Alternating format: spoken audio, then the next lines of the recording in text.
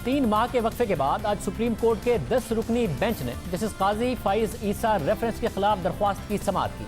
अदालत ने अहम रिमार्क्स दिए और हुकूमत के सामने कुछ सवालात रख दिए। साथ ही बेंच के अहम रुकन जस्टिस मंसूर अली शाह ने सवाल उठाया कि मेरा बेटा कोई जायदाद खरीदता है तो मैं कैसे उसका जवाबदेह हो सकता हूँ।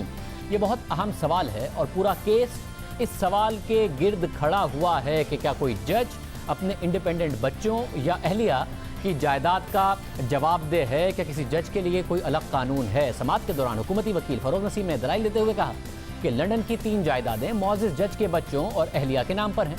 इस हकीकत को दरख्वास्त गुजार तस्लीम कर चुके हैं। अदालत के सामने आर्टिकल 209 के तहत जज के मिसकंडक्ट का मामला है। असल सवाल यह है कि जायदादें किन जराए से खरीदी गई।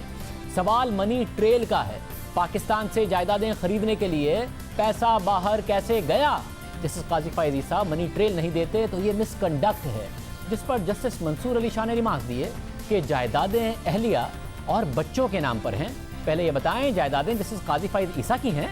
इस पर फरोग नसीम ने जवाब दिया कि यह साबित करना तो दरख्वास्त गुजार का काम है कि जायदादें उनकी नहीं हैं। इस पर जस्टिस मंसूर अली शाह ने सवाल किया कि मेरा बेटा कोई जायदाद खरीद लेता है तो क्या इसका जवाबदेह मैं होऊंगा। जस्टिस याया आफरीदी ने रिमार्क्स दिए कि जस्टिस काजी फाइज ईसा के बच्चे और अहलिया उनके ज़ेरे किफ़ालत हैं तो साबित करें। फरोग नसीम ने जवाब दिया कि बच्चे और अहलिया ज़ेरे किफ़ालत नहीं तो दरख्वास्त गुजार की जिम्मेदारी है कि बताए किन वसाइल से जायदादें खरीदी। शो का उसका जवाब देने के बजाय उसके खिलाफ दरख्वास्त दायर कर दी गई, जिस पर जस्टिस उमरता बदियाल ने रिमार्क्स दिए कि मौजूद जज कहते हैं कि मनी ट्रेल और वसाइल का बच्चों और अहलिया से पूछा जाए। जस्टिस मंसूर अली शाह ने रिमार्क्स दिए कि जिसके नाम जायदादें हैं उनको नज़रअंदाज करके दूसरे से सवाल कैसे पूछा जा सकता है। जस्टिस काजी अमीन ने सवाल किया कि वफाक को जजेस की जायदादों से क्या मसला है। क्या जजेस पर बगैर शवाहिद और शिकायत के सवाल उठाया जा सकता है। ठोस शवाहिद नहीं है तो जजेस की साख पर सवाल क्यों उठाया जाता है। क्या हुकूमती इकदाम जजेस और अदलिया की आज़ादी के खिलाफ नहीं। जस्टिस मुनीब अख्तर ने रिमार्क्स दिए कि आप दलाइल से जो केस बता रहे हैं वो रेफरेंस से मुख्तलिफ है। आज आप इनकम टैक्स कानून की बुनियाद पर केस बता रहे हैं। अदालत की जानिब से हुकूमती वकील बैरिस्टर फरोग नसीम से कुछ सवालात पर जवाब तलब किए गए हैं। अदालत ने कहा कि इल्ज़ाम है कि मवाद गैर कानूनी तरीके से इकट्ठा हुआ। आपने मवाद को गैर कानूनी इकट्ठा करने पर दलाइल देने हैं। शिकायत असासा जात रिकवरी यूनिट को क्यों भेजी गई। शिकायत सदर मुमलिकत या जुडिशल काउंसिल को क्यों नहीं भेजी गई। इन सवालात के जवाबात देने हैं। जैसे काजी फाइज ईसा की समाअत अब कल तक मुलतवी कर दी गई है। कल वज़ीर कानून इन सवालात के जवाब देंगे जो आज अदालत ने उठाए हैं। कल की समाअत बहुत अहम होगी। आज की समाअत में जस्टिस मंसूर अली शाह ने अहम सवाल उठाया। उन्होंने पूछा कि बेटे की जायदाद का जवाब वालिद कैसे दे सकता है। क्या इस हवाले से आम आदमी के लिए कानून अगर अलग है तो जजेस के लिए अलग है। हम बात करेंगे टैक्स उमूर के माहिर जो पाकिस्तान के टैक्स मामलात पर बहुत महारत रखते हैं, हुकूमत को मशवरे देते रहे हैं, मुख्तलिफ हुकूमतों को लिखते रहे हैं। इस हवाले से अशफाक तौला साहब बहुत शुक्रिया साहब। आप बहुत ज़्यादा जो टैक्स के पाकिस्तान के लॉज हैं उनको अच्छे से समझते हैं। आप ज़रा बताइएगा कि क्या जज साहिबान पाबंद हैं इस बात के कि उनके बच्चे या उनकी अहलिया अगर इंडिपेंडेंट हैं तो उनके असासे वो जाहिर करें या उसके जवाबदेह वो हों। अगर उनसे कोई सवाल करना है तो वो जजिस से होगा बजाय उसके के इंडिपेंडेंट बच्चों या अहलिया से हो। जजेस के लिए कोई एक सेपरेट कानून तो नहीं है। वही जो हमारा कानून है जो इनकम टैक्स ऑर्डिनेंस 2001 उसी के तहत जजेस भी अपना रिटर्न फाइल करते हैं टोटल इनकम का, जैसे आप और मैं करते हैं। और इनके लिए कोई अलग से कोई ऐसा कानून नहीं है कि जिसके तहत उनको कोई पाबंद किया जाए कि वो अपने डिपेंडेंट के असासे या इंडिपेंडेंट के असासे वो जाहिर करें अपने असासों के साथ। तो अगर हम असासों के बारे में बात करेंगे तो सेक्शन 116 है जो इनकम टैक्स ऑर्डिनेंस का है, और उसमें अगर आप देखेंगे तो उन्होंने ये कहा है कि आपको अपने डिपेंडेंट स्पाउस के और जो डिपेंडेंट चिल्ड्रन हैं उनके असासे जाहिर करने ज़रूरी हैं।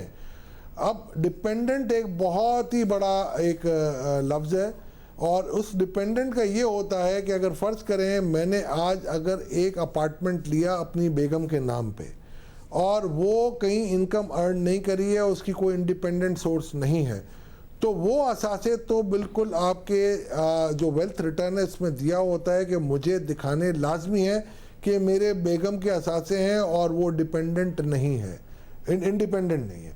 और जब वो इंडिपेंडेंट हो जाए तो मेरे पास दो ऑप्शन है। یا تو میں اپنے اثاثہ جات میں وہ دکھا دوں، اور اگر میں نہیں دکھانا چاہتا اور اگر وہ اپنا ریٹرن فائل کر رہی ہیں یا وہ فائل کر رہے ہیں تو ان کو اپنے اثاثہ جات میں دکھانے کا کلی اختیار ہے۔ تو یہ دو چیزیں ہیں، اور میرا خیال ہے اس میں کوئی ایسی سیپریٹ قانون کی کوئی شک نہیں ہے جہاں تک میں سمجھتا ہوں۔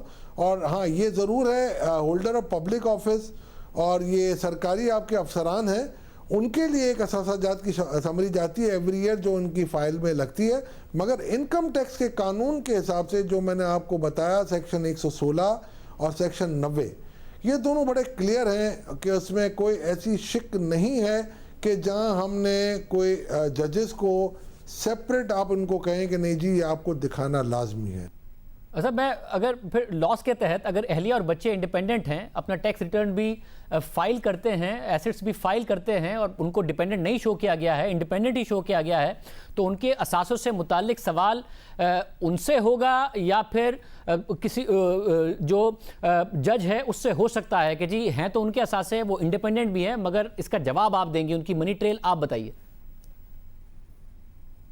بالکل لاس بالکل واضح ہے کہ اگر میرا اثاثہ ہے تو مجھے نوٹس آئے گا، اگر میرے بیگم کے ہیں یا میرے اسپاؤس کے ہیں تو ان کو جانا چاہیے، بچوں کا ہے تو ان کو جانا چاہیے۔